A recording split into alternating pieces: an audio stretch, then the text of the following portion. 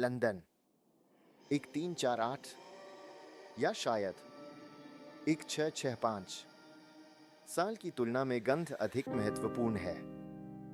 आप एक सुस्त सिर दर्द के साथ जागते हैं।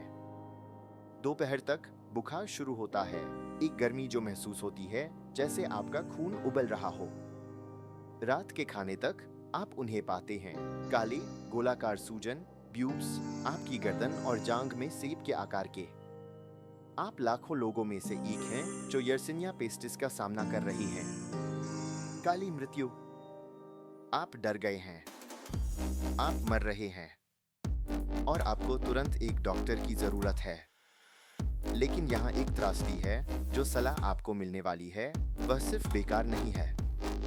यह संभवतः आपको बीमारी से कहीं अधिक तेजी से मार डालेगी।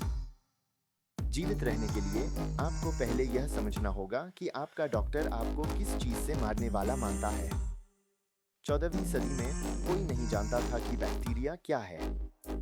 इसके बजाय पेरिस विश्वविद्यालय के चिकित्सा संकाय, उस समय के सबसे महान दिमागों ने कारण घोषित किया: कुंभ राशि में शनि, बृहस्पति और मंगल का संयोग। इस आकाशीय दुर्भाग्य ने मियास्मा उत्पन्न किया। भ्रष्ट विषैला वायु। वातावरण खुद आपके खिलाफ हो गया है। तर्क सरल था, यदि हवा जहर है तो आपको जो आप सांस लेते हैं उसे बदलना होगा। अमीर लोग पामंडर ले जाते थे, अम्बरग्रिस, कस्तूरी और फूलों की गेंदें। एक जेब फूलों से भरी, जैसा कि नर्सरी राइम गंभीरता से याद दिलाती है। लेकिन मान लीजिए कि आप डेस्परेट हैं। विशेष रूप से आइए 1665 में लंदन की महान प्लेग पर नजर डालते हैं। चिकित्सा तर्क जैसा इलाज वैसा में विकसित हुआ। अगर हवा खराब है तो आपको अपने सिस्टम को झटका देने के लिए कुछ और खराब चाहिए।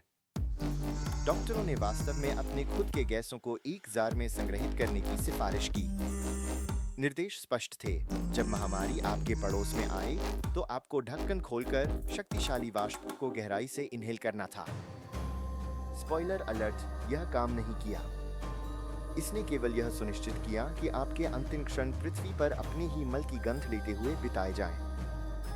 सर्जरी पर जाने से पहले हमें आपके जीवन शैली पर ध्यान देना होगा। यदि आप जीवित रहना चाहते हैं तो आपका डॉक्टर आपको एक महत्वपूर्ण निर्देश देगा: नहाना मत। मध्यकालीन मानसिकता में स्नान करने से रोम छिद्र खुलते हैं और खुले रोम छिद्र मूलतः आपके शरीर में मियाज्मा के प्रवेश के लिए स्वागत मैट होते हैं। अगले 5 वर्षों तक आप गंदे, कठोर और बदबूदार रहने वाले हैं, लेकिन आपके डॉक्टर के अनुसार आप सुरक्षित रहेंगे। आपको नम रस उत्पन्न करने वाली चीजों से भी बचना चाहिए। कोई शारीरिक व्यायाम नहीं, जैतून के तेल से खाना नहीं बनाना और बिल्कुल भी यौन संबंध नहीं। प्लेग जाहिर तौर पर रोमांटिक को पसंद करता है।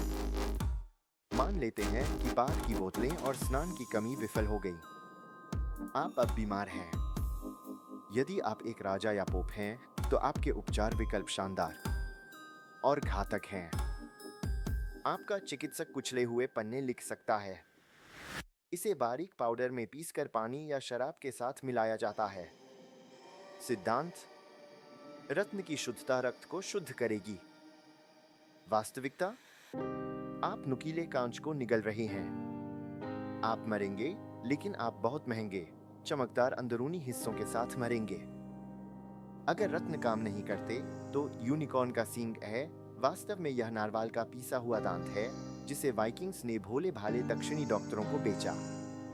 या चिकित्सा का पवित्र ग्रिल, थेरियाक। अफीम, नाक के मांस और गुड़ का एक किण्वित सिरप जिसे 10 साल तक एज्ड किया गया।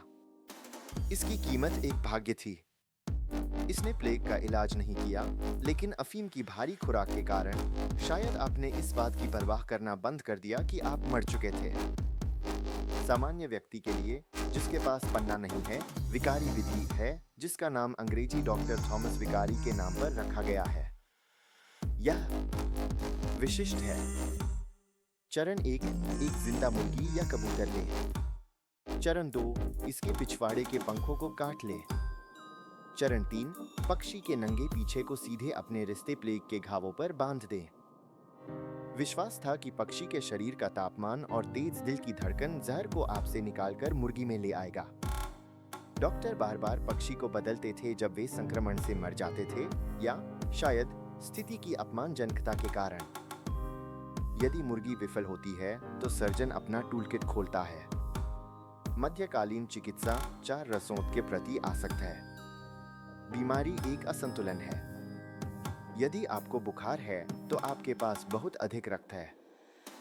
वे आपको तब तक थका देंगे जब तक आप बेहोश न हो जाएं। असल में वे आपके सफेद रक्त कोशिकाओं को निकाल रही हैं, वही सेना जिसकी आपके शरीर को संक्रमण से लड़ने के लिए आवश्यकता है। यह सचमुच आपकी जिंदगी को निकाल रहा था। और अगर आप सच में बहादुर होते तो वे बस एक गर्म लोहे से बूबों को जला देते। अगर झटका आपको नहीं मारता तो द्वितीयक संक्रमण आपको मार देता। चूहों, पन्नों, खून की बर्बादी और गैस के जारों के बीच एक ऐसा विचार था जो वास्तव में काम किया। 1377 में रागुसा के उपनिवेश ने महसूस किया कि डॉक्टर बेकार है। उन्होंने तय किया कि समय ही एकमात्र रक्षा है। उन्होंने प्लेग से प्रभावित क्षेत्रों से आने वाले जहाजों को 30 दिनों तक लंगर डालकर इंतजार करने के लिए मजबूर किया। ट्रेंटिनो। यह काम किया, लेकिन पर्याप्त अच्छा नहीं था। इसलिए उन्होंने इसे 40 दिनों के लिए बढ़ा दिया। इतालवी शब्द क्वारंटा से 40 क्वारंटाइन। यह मध्य युग से एकमात्र चिकित्सा सलाह थी जिसमें मल, औषधियां या प्रार्थना शामिल नहीं थी। यह अलगाव पर निर्भर थी, अंधविश्वास पर नहीं। मानवता ने काली मृत्यु से इसीलिए बची क्योंकि हमारी चिकित्सा थी, बल्कि इसके बावजूद हमने अदृश्य दुश्मन के खिलाफ जो कुछ भी हमारे पास था उसे फेंक दिया, रत्नों से लेकर मवेशियों तक अराजकता में व्यवस्था खोजने की डेस्परेट कोशिश में। तो अगर आप कभी 14वीं सदी में समय यात्रा करते हैं तो याद रखें, अपने पन्ने जेब में रखें, मुर्गियों को अकेला छोड़ दें और इतिहास के प्यार के लिए जार का ढक्कन बंद रखें।